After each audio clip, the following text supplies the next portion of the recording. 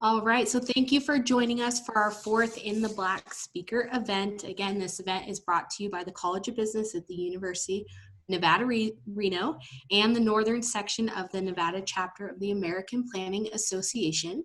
And today we will discuss race, place, and health, a very timely topic, with Dr. LaVonna Blair Lewis. So I'd like to extend a warm welcome to Dr. Blair Lewis for bringing her extensive knowledge to our group today.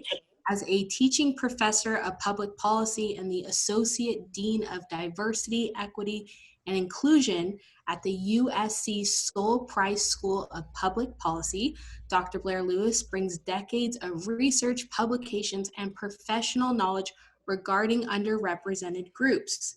So again, after the presentation, we will open the group up for questions. You will be able to ask them directly.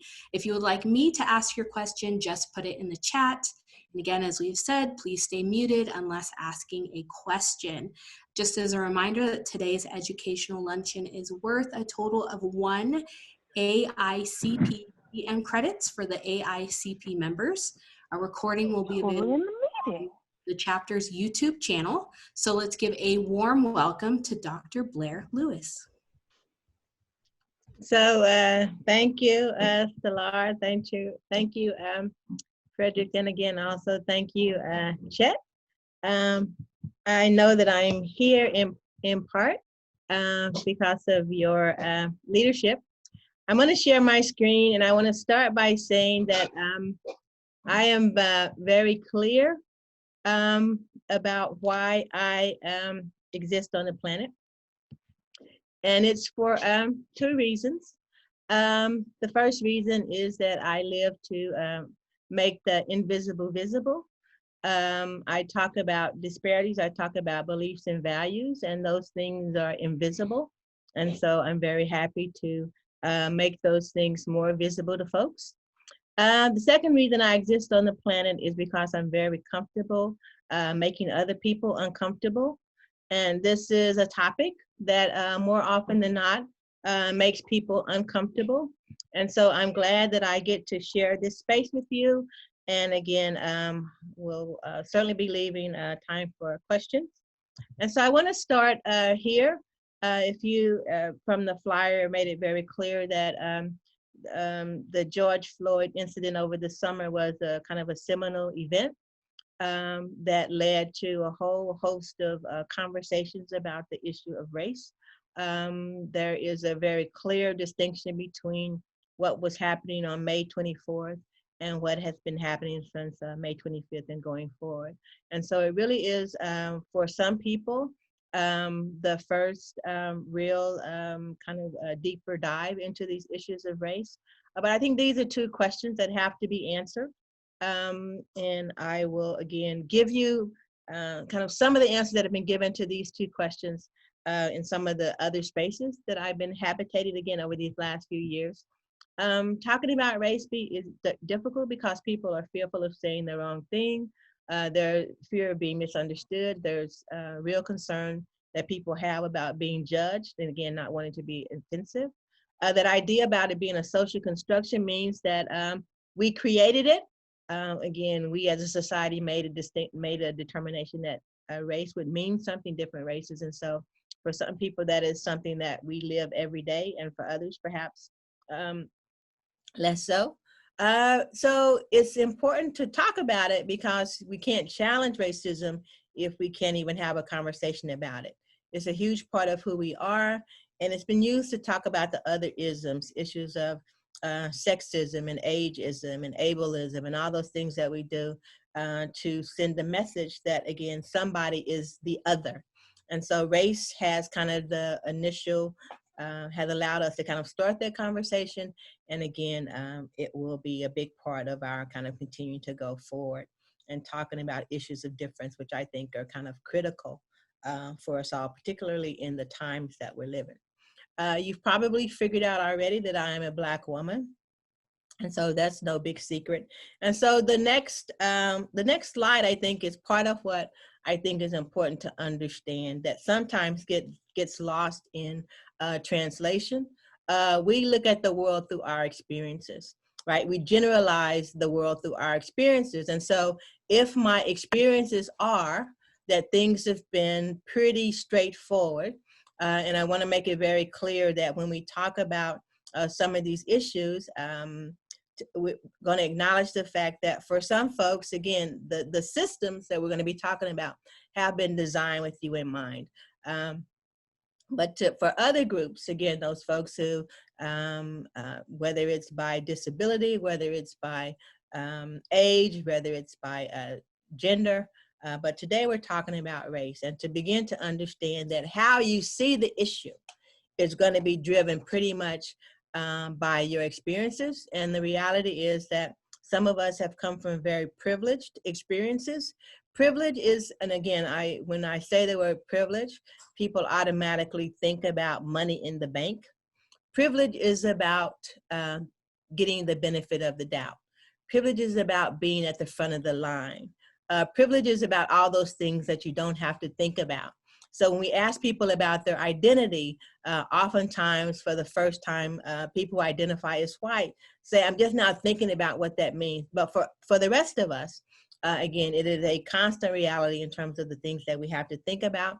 And so this issue of privileges is critical. Again, my goal in this conversation is to not leave anyone behind, and to give people the benefit of the doubt, and to acknowledge the fact that each of us in this race or on this journey are in very different places. And sometimes the anger and the frustration comes from the fact that we don't recognize that we assume, again, based on my experiences, that since it's never happened to me, then that means it's never happened. And other people are saying that it happens daily, and the fact that other people don't see it sometimes causes, again, significant frustration and, again, anger in some places. I put this up here because, again, I want people to understand, and it's a stylized kind of a schematic. Again, there's a lot of text there, but the main point is that we believe that since we don't do the things that are above the line, everything is okay. Right? That we're not actively involved in hate crimes or other kinds of things, making racist jokes and other kinds of things, that we're not part of the problem. But there are a whole host of other things that are going on beneath the surface that make it very clear to some people in the room that they're viewed differently than some of the other folks in the room. And it's an individual issue, but it's also an organizational issue. It's also a societal issue. So again, we can look at the fact that, again, something as simple as what we're doing with Confederate flags. We're having conversations right now about why don't we change the names of military bases so that we're not honoring the South? And that proposition has generated those who support it and those who are against it. And so those kinds of things that are going on, while it may not seem to be, again, so I hear someone in the background, so please, if you can, thank you very much. To just kind of recognize all the different ways that issues of race can kind of manifest, and again, how they show up. As an academic, I always kind of use definitions. I never assume that the terms I use are the ones that are used by everybody. And again, I'm not going to read it, but you're going to get this as a resource kind of when we're done. But I think the main thing I want you to focus in on is this issue of power. We can't talk about racism without talking about power. And the fact that if you have the power to influence the lives of people, that is significant. If you have the power to transform organizations, that is significant. And to recognize that this issue of racism is operating on multiple levels. It's an individual issue, institutional issue, and a cultural issue. I want to make it clear that I think that part of the reason why we haven't moved very far is that we spend most of our time talking about individuals and the fact that some people aren't working hard enough or aren't trying hard enough or not doing enough, and not thinking more about what are the institutions that can constrain the choices that are available to people. What is it about society and the messages that we send about who has value and who doesn't have value in our society, and to recognize that if we're going to get transformation, we have to recognize that all of those levels have to be kind of engaged in the work, or again, our efforts at significant change of any sort are going to be undermined, or at the very best, or at the very least, we're going to get less than optimal outcomes. Again, a lot of text, and I'm not going to go through it, but again, it's a resource to recognize that I mentioned the word privilege. Again, what happens when you're always given the benefit of the doubt? What happens when all the systems and processes are designed with you in mind? Again, what happens when, again, you're always at the front of the line? It never occurs to you that there are things going on in the back. And so this is in recognition of the fact that the flip side of privilege is oppression. So if I'm not part of those privileged classes or those privileged groups, and so in the United States, those privileged groups are white, male, middle to upper class, heterosexual, able-bodied, Christian. If I'm not in those categories, there's a very good chance that I'm oppressed in some part of my identity. I may be exploited. Again, what I do may be used, again, for the benefit of others. I may be marginalized, again, pushed to the side, and again, generally lacking the ability to kind of, the sense of autonomy. Power, I talked about the importance of power before. Again, just the ability to kind of take control or make decisions that are relevant. Imperialism, something as simple as, again, there was a long debate. Colin Kaepernick took a knee as a football player, and he said, I'm taking a knee because of police brutality. Cultural imperialism said, you're doing it because you're being disrespectful to the flag. And imperialism means that that's the message that was held on to. Not that I'm doing this to kind of against the police, but again, to say that's the message. Whose narrative gets to be dominant, and that's the issue. And then violence. We are in the midst of very real concerns about significant violence in our country, in terms of people who, again, whether it's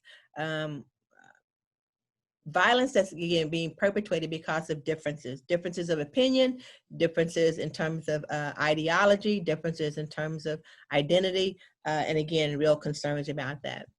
I know that you've had a conversation around kind of the institutional component, so I won't go into this too much, but you really just kind of think about the fact that, again, we're talking about more than what's happening to the individual, but recognizing that there are systems and processes that are designed to keep some people locked into advantage and some people locked into disadvantage, right? And so we're talking about the changes that we're trying to make, but we're also recognizing that the issues that got us here in the first place aren't going to disappear overnight.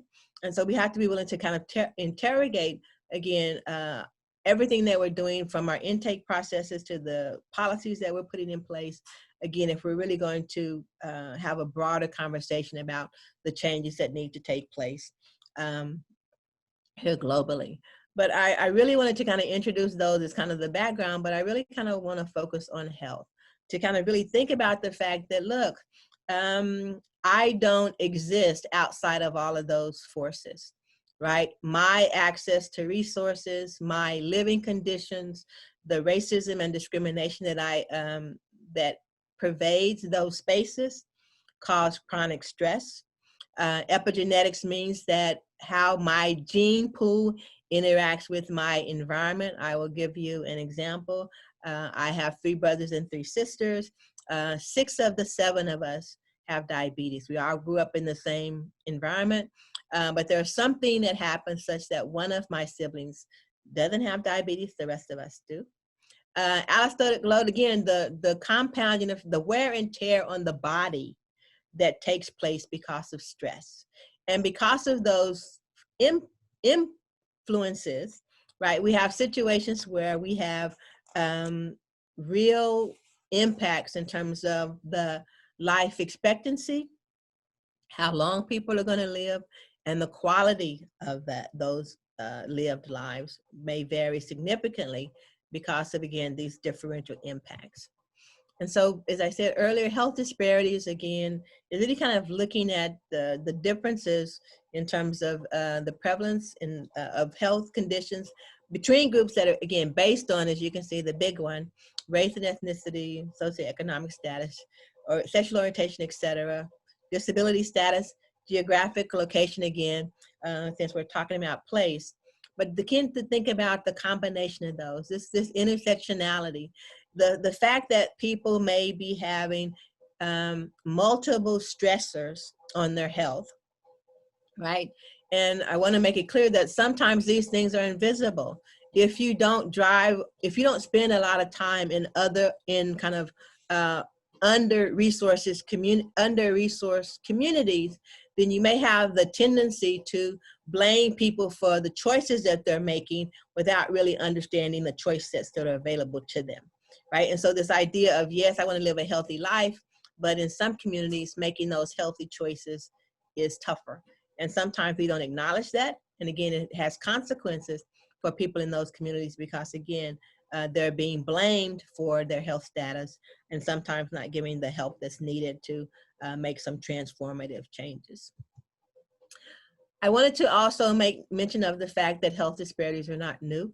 W.B. Du Bois did his dissertation as the first African-American to graduate from Harvard using census data that looked at, for the language of the times, the Negroes and whites. And for multiple disease categories, disproportionate burden of premature or death for Negroes versus whites. And again, that says 1890. We can look at 1990, we can look at 2020, and we can still see, again, disproportionate data differences by population groups.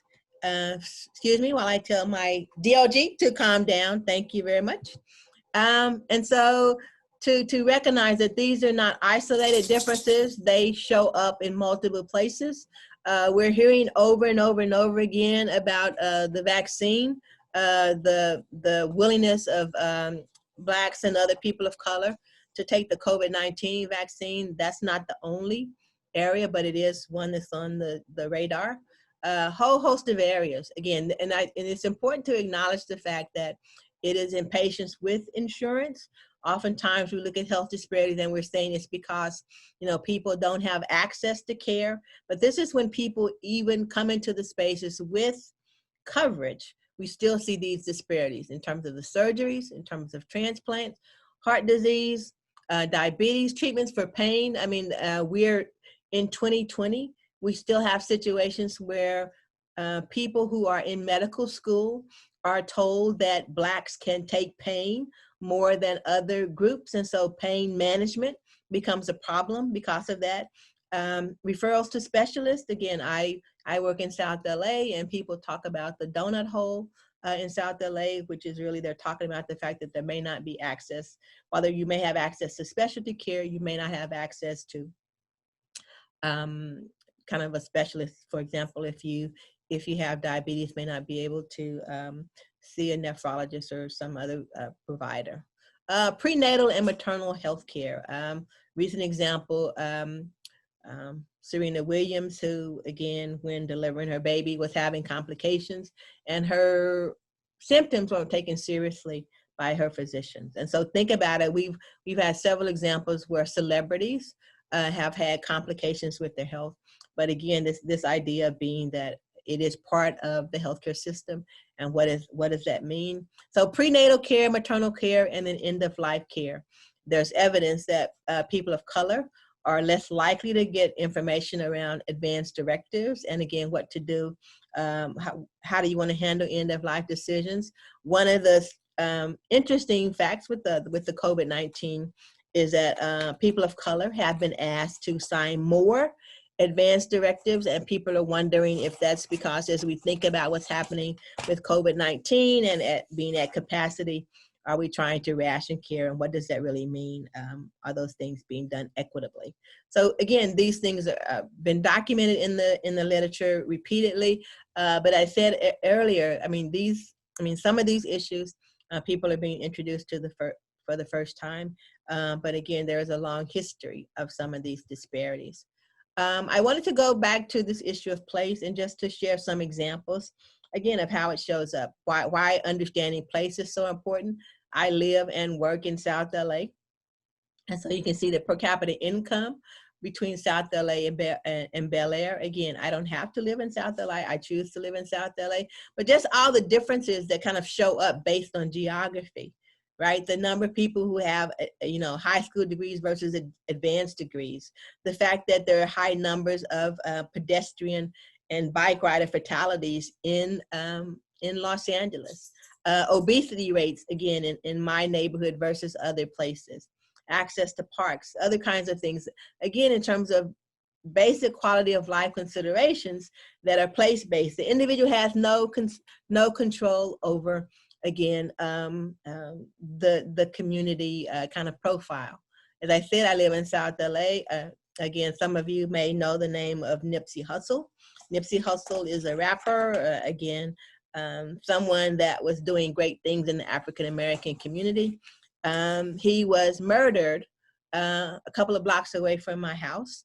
And overnight, I saw my neighborhood become a tourist attraction as people were connected to the trauma of that experience in that community, in my community. And so I want to make it very, very clear that going back to this interaction between place and health, I mean, just like individuals experience trauma, so do communities. And all too often, those kind of factors aren't taken into account in some of the research that we do, some of the recommendations that we do for policy and planning.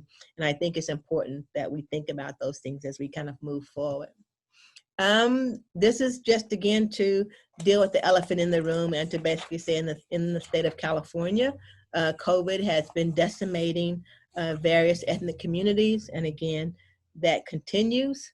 To make it personal, again, this was shared, I guess, the end of the year, a young girl who basically died being turned away from Gainesville, Florida. We have a more recent example of the physician who knew that the recommended treatment, who knew her own health and her health condition wasn't being taken seriously. She took the time to report it on social media, died a few days later.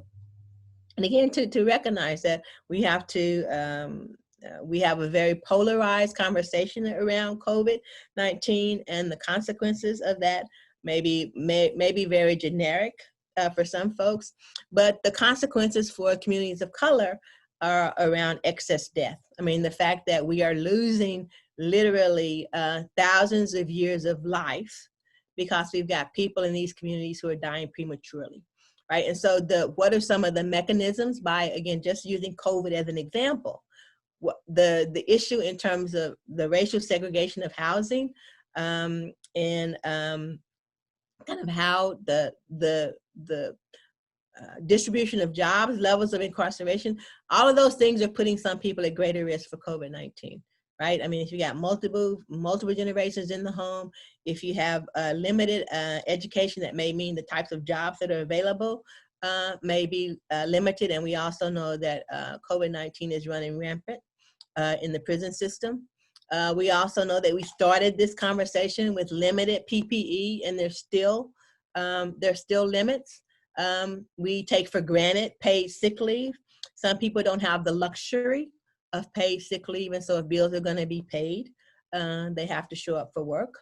We started off by putting the testing centers in the more affluent areas, requiring a doctor's order for people to get tested. We're now doing kind of a more global testing, but recognize we were limiting people's access initially, and so again, we still have some of that legacy of those early efforts that are contributing to the death rates that we see. And going back to these kind of the things that we take for granted. I mean, as I said earlier, we are very uncomfortable with the conversation around racism. When the conversation comes up, people generally become defensive. And that may be an overstatement, but again, things that make people uncomfortable, they try to avoid at all costs. And so this is true today. As I said earlier, there was a lot of conversations all summer long around race. And quite frankly, I'm in spaces right now where people are sick of the conversation. They want to move on to something else because, again, it makes people uncomfortable.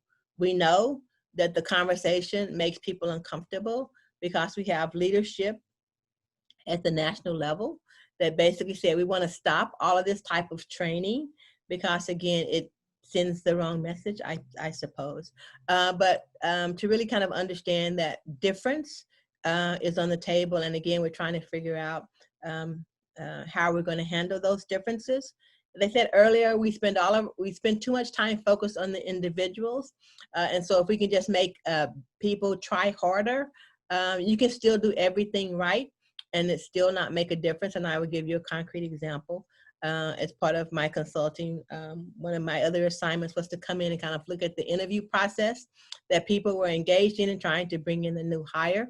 And as they interviewed the 3 candidates and they discussed it, and candidates went out of the room, it was very clear with the majority that a young person of color was the most qualified candidate. Everybody thought that it was so. And then someone in the session asked the question, or made the statement, but you know, their handshake was kind of soft. So I say that to say, if you're looking for a reason not to have the conversation, you can always find one, and to be mindful of that. The ahistorical stance means that we have taken time to make sure that we protect whiteness in our history. We don't talk about the history of indigenous people in this country. We don't talk about the history of slavery in this country. And so I should have said, for those of you who may not be familiar, BIPOC means Black Indigenous People of Color. And to kind of recognize that since we don't want to talk about history, we're assuming that, again, our current circumstance, again, is just the result of, again, individual choices and not really taking into account policies and practices that, as I said earlier, systematically kept some people out and kept some people locked into advantage. And then meritocracy basically says the best person or the most qualified person will get the job. And I call it a myth because there's evidence that roughly 80% of whites get their jobs based on their networks. 80% of people of color get their jobs based on the applications. And so there's something, again, if it's just about merit, then it's all about looking at the applications and less about the people that I happen to know. And so I also use the example of, since I work at USC, talking about the difference between USC and UCLA. If I'm the one making the decision about who gets hired, again, I'm gonna go with the people who are in the cardinal and gold. So just so you know. I'm not gonna go into this, but again, I think it's important to really just kind of talk about, again, those systematic differences. I talked earlier about this issue of years of life loss. And we're talking about, again, that right now with COVID-19, the impact of family members may be the primary breadwinner, maybe in their 30s and 40s, who are no longer there, right? And this idea that whatever that person was going to be for that family, that community, has been lost. And we're going to have to talk about the loss of that generation. And again, what are the consequences? Are we preparing for, again, the consequences of that? And again, I think most of us would say, at least at this point right now, that's not happening. Again, what are our strategies to, again, when we get into a recovery space, what does that look like? And what are we doing, again, for those who've been disproportionately impacted by what we've done previously? I've already talked a little bit about this, but just to kind of just make it clear, again, we have a long history of blaming the victim. We have physicians that talk about their patients being non-compliant when they don't follow doctor's orders in terms of diet, or they don't follow doctor's orders in terms of physical activity, or they don't follow through in terms of some, again, the expectations about follow-up care. But again, those decisions are easier in some spaces than others. I've done a lot of research on food deserts. I've done a lot of research in terms of, access to physical activity. I mean, in some places there aren't a lot of, again, everything's different in COVID-19, but again, a lot of those spaces that were available, sit-down restaurants or park spaces or gyms, again, weren't available in some communities of color. The same thing with healthcare resources. If I do need care, is it available when I need it? Again, right now, the hospitals that are disproportionately affected, I think in California, particularly Southern California, all of the hospitals are affected, but again, there's more of a buffer in some of the nonprofits and private facilities versus the public hospitals. And again, that has to be acknowledged. Again, it's the elephant in the room, but again, sometimes we don't talk about those things. We don't talk about the things, but there's a whole host of things that we need to see. I've mentioned privilege. There's a privilege gap. When we tell people to stay home, we're assuming that they have a home. When we tell people to, safe distance, we're assuming that we have enough space to do that. We're assuming that, when we say wash your hands, they were in a place that has running water. And those things, again, are assumed, but are not true for all people in all places. Same thing with the data. Who are we collecting and reporting information on? How do we disaggregate the data? Why is it that we're not collecting data in a uniform fashion, right? In the state of California, made a decision recently, to put gender identity and trans as an option in terms of the data, so we will know, again, about disproportionate impact on some populations. So long as you don't have to think about it, that's the privilege, right? To really kind of think about the fact that, again, race, place, and class go together. I mentioned prenatal care. Birth outcomes for Black women with a graduate degree are worse than birth outcomes for white women who dropped out of high school. Traditionally, income, education are protectors for our health, but there's still some evidence that, again, race continues to show up. And we've got to think about, again, the consequences of that when we think about, again, how we design our healthcare and, again, the systems that support health and wellness. Disasters always expose inequities. As I mentioned, disparities aren't new. I gave you 1890 as a starting point. We can go back further. But what that disasters do, whether those disasters are man-made or natural, is they shine a light on those inequities. One would have to be in a bubble to not acknowledge or see the fact that, again, the impact of the epidemic has not been uniformly distributed, right? And so that needs to be taken into account. People operating in ignorance and some choosing to stay there. I put that here because I think it's important to acknowledge the fact that, as I said earlier, for some people, they're just now starting the conversation and they're interested in learning and doing better. There is still a group of people who don't care and don't know. Don't care and don't want to change. And so I think that we have to be honest about that, because a lot of people get frustrated when they see the same faces in the room. But the reality is that, some folks are just never going to be in the room because they don't think it's their issue. And so the challenge is, again, to work, get the work done around or in spite of those populations. Again, I recognize in my work, my goal is to meet people where they are, not where I think they are, because, again, one has a chance for improvement, the other is fantasy. And they say a picture's 1,000 worth 1,000 words. So this is my last kind of slide. This came up in one of my social media accounts. And it was very early on in the kind of COVID-19 epidemic. And what it makes very, very clear is that the problem is not uniformly distributed. The research tells us that the higher you go up on the social ladder, there are improvements in quality and longevity of life. We have decided that some people are essential workers and they will work for the benefit of all of us. And essential workers themselves are a broad category, but what gets romanticized are the physicians and the clinicians who are working on the front lines. What's less romanticized are the people who are cleaning up the operating rooms, or the people who are cleaning up the hospital rooms, or the people who are working in the grocery stores who are providing access to food, or the people who are working in the fields who are basically, working on the agriculture to bring the food from the ground to the table. And so we don't see those things, and because we don't see those things, we have the privilege of thinking that our decisions don't have consequences for other people. But we need to see that everything that we do has consequences for somebody, even if it's just the people in our household.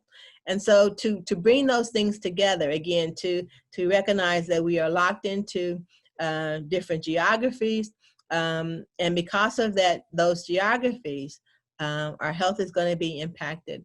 And because of our race, the geographies that we habitate and how people respond to us are also going to have an impact on the quality and longevity of our lives. This is my contact information. That is my presentation, and I hope that I have left plenty of time for conversation. Absolutely. Thank you. That was fantastic. So at this time, we can open up for Q&A. You're welcome to unmute yourself to ask a question, or you can add it to the chat and I can ask it for you. We will be sharing slides. So everyone that signed up today will get a copy of Dr. Blair Lewis's slides. So we'll make sure to get those out after the presentation today. Perfect. Okay, we'll go ahead and open it up. Oh, and then to share the contact information, we can add that to the email as well. So actually my contact, you have the slide in my contact information is the last slide, so you're good. Thank you. And the video will be available on the YouTube channel as well, and we will send that out too. So you will get all the information from today to make sure that you guys can follow up with that. Oh, and thank you, Fred, for adding that. Perfect. Any questions? Can you hear me? Sure, go ahead, Chester. Thank you. As LaVonna would remember or think back in the 60s, I was one of those who worked with Lyndon Johnson and others to institute affirmative action. And for about 25 years, we employed affirmative action to try to correct disparities that were unreasonable in society. Now compare that to today in California, where the people have voted to eliminate affirmative action about 2.5 times now. I still suspect that means are required to correct disparities other than just talking about them. So my question to LaVonna would be, in the absence of what I favored by way of reasonable affirmative action, what means are available today in California? So, I mean, I think what we see happening now is what I would call trying to get people to be more equity minded, to really think about the kinds of expectations that we have for either whether we're talking about new students or new hires, the processes that we have in place for generating a pool of candidates. I mean, for example, are we thinking about the fact that a student who may be the first in their family to go to college versus someone who is a 5th generation college student might have some different experiences when they put together their resume? Do we take that into account when we're doing our interviews and our kind of assessments of people? Are we making it a priority with the leadership? I think it's important to acknowledge the fact that all white boardrooms are not new. What is new is that there is a sense of, I think, additional accountability. I think this idea of, can we justify meeting the needs of a very diverse population like we have in the state of California by having just one set of voices? Or are we going to be more effective by trying to give not just token numbers in terms of just numbers and representation, but are we really talking about being more inclusive in terms of not just inviting people to the dance, but letting people get to the dance floor?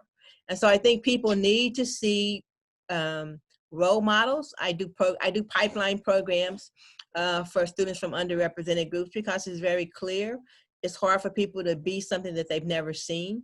And so you've got to give people exposure to different identity groups and identity profiles. And I think that helps. because that deals with, I think, the discomfort that I mentioned earlier. We get the same outcomes in part because they make us comfortable. And until someone's willing to not give people a pass for making the same kinds of decisions, we're going to keep getting the same types of decisions. And so I think to answer your chat, I hope I answered your chat, your question, Chet, but I really do think it really is around people feeling the empowered voice. For me, I own the real estate that I stand on, and I use my influence to try to get other people to think about these questions. I can't force people to think about these questions, but I can, make sure that I share my thoughts on them and see how far that goes. And so I think we're moving in the right direction. People want to do better, but I think that there is, again, this resistance. I will say it, at least for the near term, that we are in a battle right now between those who want to hold on to the past and those who want to embrace the future. The past is white privilege, one voice, one set of opinions. The future is diversity, inclusion, and recognizing the value of differences in our respective places. And so I think that so long as we can document that, I think that we're going to have the long-term impact that we're seeking. And you talked about some upper level changes and the need to kind of start at the top and what kind of works down. Can you talk about maybe other actionable changes that we can make, especially those that come from everyday people or are based on your slide of what we need to see, and how do we help enact some of those? So I want to make one point that I think is critical, and that is that for me, it all starts with being honest, right? To acknowledge where I am, to acknowledge my comfort level with this topic, to acknowledge and be honest about what I see in the places that I habitate. And again, it may be different in the COVID-19, but COVID-19 had exposed a whole host of inequities, right? Something as simple as a professor in a class forcing a student to have their video camera on when they've got 4 or 5 brothers and sisters in the background who are being disruptive, right? And so not acknowledging that those differences are there is the first concern. So for me, the first challenge is to acknowledge the fact that I am part of the problem and I am part of the solution. I may be part of the problem because I never thought that there was a problem. And so that's my starting point. I may be a part of the problem because I've been silent with what I've seen. And that was the thing that was the most devastating for me over the course of the work that I was doing, and particularly over the summer, when I asked the question, why is it that it's so hard to talk about race? And someone responded that, I've made myself small as a person of color just to make people comfortable. And so for me, it is to be honest. And again, for me, it's about taking risk. No one gets to determine for me what's my acceptable level of risk, but I'm going to risk being honest. If something made me uncomfortable, I'm going to tell you it made me uncomfortable and the reasons why. I have no control over how you respond to that, but I'm going to let you know that what just happened was uncomfortable for me. It was inappropriate for me. Maybe it wasn't done to me, but I saw it, and I'm not going to be silent at how I see other people being treated. And so for me, it really is around, I guess the first thing I would say would be figure out what's your acceptable level of risk. Because some people are so afraid of saying the wrong thing, doing the wrong thing, being misunderstood, and having all these things, all these reasons why we stay silent that allow us to perpetuate the problem. Because, I tell people I have a word a year, and a couple of years ago, my word was complicit. I refused to be complicit when people were causing harm to other people, right? It's like, I can't control whether or not you stop, but maybe you didn't know that you crossed the boundary. well, now you do know, and you got a chance to respond. And so for me, it really is acknowledging the fact that I can go with the flow and do nothing, or I can say, look, you know, I'm going to be a disruptor, and I'm going to say, I'm not going to give you a pass when you do things that cause harm, because again, we are, you know, whatever our affiliation, again, and we're talking about whether we're talking about family, whether or not we're talking about our colleagues and our peers, asking the question again, what are you willing to risk so that someone else that comes after you doesn't have to suffer the same level of harm? And I think that is a personal decision. And for me, that is also important. I've had people who are literally in tears because their peers were judging their engagement in this work, right? And my position is, you don't get to determine how I fight. That's my job. The only question I'm trying to figure out is that, am I going to get your support? And so that's really kind of, I don't know if I answered your question or not, Stellar, but I really want to make it very clear that this is a personal journey.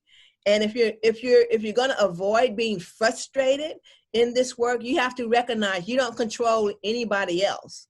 You control the real estate that you stand on, and how are you using that to create an environment where people feel like they belong, that they're valued, and that they're not alone.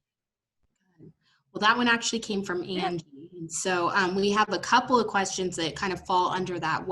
How do we invoke that change? How do we, really make actionable difference? And so it's also on the flip side to make sure that if you don't know and you do something that is not right, that you learn from that and you grow with that and you make that change. We don't know the whole entire history of everything that's ever happened. And so if there's something that upsets someone, deeply hurts them, be the bigger person and make that change and be able to acknowledge when you've made a mistake. And I think that goes a long way to understanding where people have been and the struggles that they've been through as well. And so with that, we have a person asking, what do you think is the best way to live with trauma of being a Black woman in America? And we had, that comes from Desiree, if I said that correctly. Angie went and wrote in the chat some resources to help with that, but if you have any comments about that as well. So I want to start by, as I said earlier, for me, it's about being authentic, right? And being authentic says that if I'm in pain or I need a break, I'm going to tell you I need a break. And I'm not going to try to show up and pretend to be okay when I'm not. I'm going to be honest about the kinds of things I talk about, making time to do the things that bring me joy. That doesn't happen every day, but I make space for that. I don't apologize for a missed deadline. I mean, it's like, it is offensive to ask me to operate business as usual when there's nothing usual about the business that's going on right now. And so the fact that we want people to maintain that same level of productivity when everything around them has shifted is unrealistic. And so I'm going to be honest about, if I need some help, if I need some counseling, if I need some support, I'm going to ask for all of those things, right? I'm not going to I'm not going to assume or try to be superwoman or whatever, to be kind of this mythical person that can handle the weight of the world and still show up every day. I'm going to be honest about what's going on. Like I said, and whatever I need to maintain my sanity, that's what I'm going to do. I'm a Christian, I'm a person of faith, and so that helps me carry a lot of the weight. But for other people, it is whatever is necessary. And again, for me, whatever is necessary means that I don't have to apologize to you when I ask for it.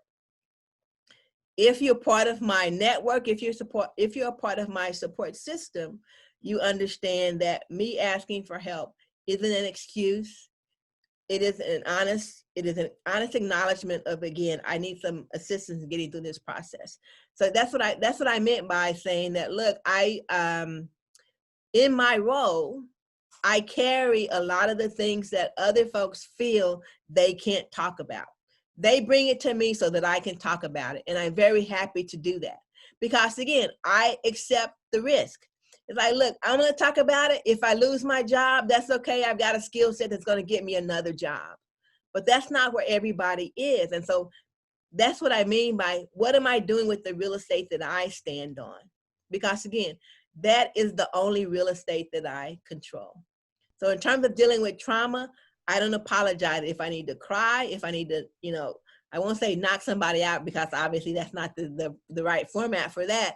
But whatever I need, whatever space I need for my own personal wellness, that's what I'm going to carve out. And again, if people don't understand that, then, you might want to get some applications from some people that do understand that. And maybe an access to punching bag. Right? We'll also add that there's a lot to be said in showing or announcing the things you are struggling with, the camaraderie that can come from that as we are all living together through this space, and the struggles that we are all dealing with can really build good bonds and help us get through these difficult situations together. And like you said, 100% correct. If your organization or your space is not supporting you in that, let's work to find a space that does, because that's the first step to making sure that you are more secure in who you are and where you are. And so I'll move on to Kelly here. So she says, I want to help challenge privileged perceptions in the workplace. What questions can I ask to help further the conversation? So that's a broad question. I do a lot of, obviously because of the health stuff that I do, I spend a lot of time with clinicians. And so I ask questions. So for example, you're very frustrated because the patient was late. Did you consider the fact that they had to work out transportation? Did you consider the fact that the people that they thought were going to be there to take care of the kid didn't show up? I mean, I think it really is around empathy, trying to get people to understand what it's like to be in somebody else's shoes. The reason why I talk about privilege being given the benefit of the doubt is because so many people don't get the benefit of the doubt. I mean, I have literally sit in meetings where we're reading somebody's resume and someone is explaining away all of the gaps in the resume. And my response to that is like, you know what? I know that if I wasn't here, you're being challenged about why you're looking about trying to address the benefit of the doubt and the gap points for the people that you know and that you like, but the other people don't get that same benefit of the doubt. And so that's what privilege is all about. Privilege is getting people to think about those things that they don't have to think about, right? Chet asked a question about affirmative action. And the same people that are so upset about affirmative action in kind of university admissions don't say anything about legacy admissions, which says you're moving to the front of the line because of your family that has ties to the university. Well, if I'm the first person in my family to go to school, I don't have those generational ties. So how do you level the field in that regard? And so getting people to kind of think about, people need to understand the fact that it is possible for me to think that I have everything that I have because of my hard work and not really think about the fact that my godparents got me the job interview. Right? I mean, it's like I live in this space at USC. I've had the benefit of being at a university that has a very large number of first-generation students who, again, are coming in on scholarships and a whole host of other things. and then another group of students whose parents could write a $50 million check and would never miss it. That's what happened with the Price School, right? Some family member came to graduation and they wrote a check and named our school, right? And so I want people to understand that, right? If you've never had trouble with access to a class because your internet is unstable, then recognize that that's a privilege, right? To get people to see those small things that you don't have to think about that give you the edge. I can't imagine what it's like to be a parent with school-age children right now. It is a privilege not to have to divide your time between work, making sure your kids stay caught up, making sure you keep your other obligations. That's a privilege. And it's already showing up in terms of the productivity of female faculty compared to male faculty. Because in some instances, maleness gives you the privilege of not having to worry about what's going on with the kids. So getting people to kind of think about, again, all those things that they can leave at the door because they're non-issues. Because again, if you've never had to think about it, then somebody has to be willing to make you think about it. I say that, and I also say, don't expect to be the most popular person at the holiday party. Because again, some people want to stay in that space of not my issue, not my concern. And so again, as I said, I live in a space where people think that we haven't done enough on this issue, and people think we've done too much and everything in between. And so recognize that is, no matter where you are, you're dealing with that same dynamic. Too much, too little, somewhere in between. And so you're just trying to get people to understand that is our reality. And because you think that we've done too much, that's your opinion. You think we've done too little, that's your opinion. If I let that stuff stay in my head, I wouldn't show up every day. I do what I believe needs to be done because I know we haven't done enough, but I also know we've done quite a bit. So I'm comfortable with that. And actually, to that point, when we do these discussions and we're talking about, in our past, the systemic racism of financials and, the issues small businesses face in those of minority communities or minority small business owners, can you suggest any resources on accountability or tools or, how we move past having these conversations here in the Zoom setting during COVID and the problems that we see, and how we move towards accountability and actionable items that keep the businesses, the people, the groups in check? So there are a whole host set of resources. I mentioned this issue around equity mindedness, and we've got several centers at USC around race and equity. We've got School of Education has a lot of resources in terms of equity mindedness, and I would encourage folks to take a look at those resources because it lets you know how to start the conversation. Because again, some people don't want to have the conversation. It also gives you some metrics that you can kind of take a look at in terms of how do you measure whether or not we're moving in the right direction. We have a 5-year strategic plan for the diversity work that we're doing at the Price School, and part of that are the benchmarks that we're using. So you can set up a system that says we're going to report on our efforts, right? To say that it's too hard, again, is again a way to stop the conversation. And there's another resource that I'm blanking on right now, but I will send it to you because it talks about going from awake to woke to work, right? And to recognize that yes, you need people to be aware. Yes, you need people to be activated, but then you need to hold people accountable.